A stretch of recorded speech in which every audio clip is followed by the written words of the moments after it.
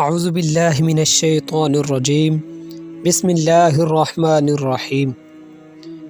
حضرت ابو بکر صدیق رضی اللہ تعالی عنہ کی پیدائش۔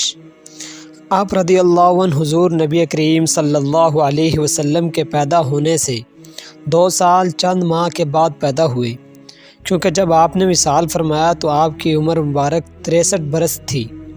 ابن کثیر کہتے ہیں خلیفہ بن خیاط نے جو یزید بن اسم سے روایت کیا ہے کہ حضور صلی اللہ علیہ وسلم نے حضرت ابو بکر صدیق رضی اللہ عنہ سے دریافت کیا کہ میں بڑا ہوں یا تم؟ تو حضرت ابو بکر صدیق رضی اللہ عنہ نے عرض کیا بڑے تو آپ ہی ہیں، لیکن میں آپ سے عمر میں بڑا ہوں۔ پس یہ حدیث مرسلہ اور نہایت ہی غریب ہے اور مشہور اس کے خلاف ہے۔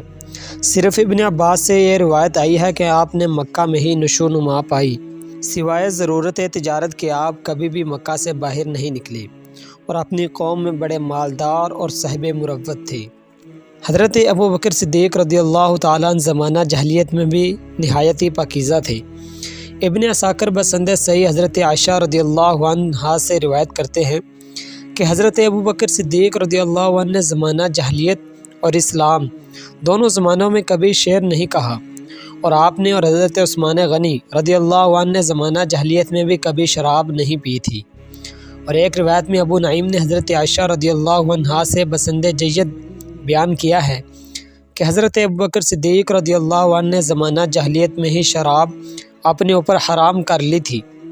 ابن عساکر حضرت عبداللہ بن زبیر رضی اللہ عنہ سے روایت کرتے ہیں کہ حضرت ابوبکر صدیق رضی اللہ عنہ نے کبھی شعر نہیں کہا، اور ابو عالیہ رباحی سے ابن عساکر روایت کرتے ہیں صحابہ کرام رضوان اللہ علیہم اجمعین کے مجمع میں حضرت ابو بکر صدیق رضی اللہ عنہ سے پوچھا گیا کہ کیا آپ نے کبھی زمانہ جاہلیت میں شراب نہیں پی تھی؟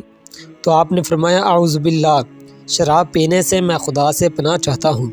صحابہ کرام رضوان اللہ علیہم اجمعین نے پوچھا کہ آپ کیوں نہیں پیتے تھے؟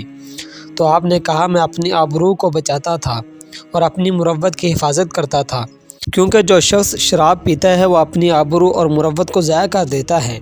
راوی نے بیان کیا کہ یہ بات رسول اللہ صلی اللہ علیہ وسلم تک پہنچی تو آپ نے 2 مرتبہ فرمایا کہ ابو بکر سچا ہے، ابو بکر سچا ہے۔ یہ حدیث مرسل ہے اور مستند اور متن کے لحاظ سے غریب ہے۔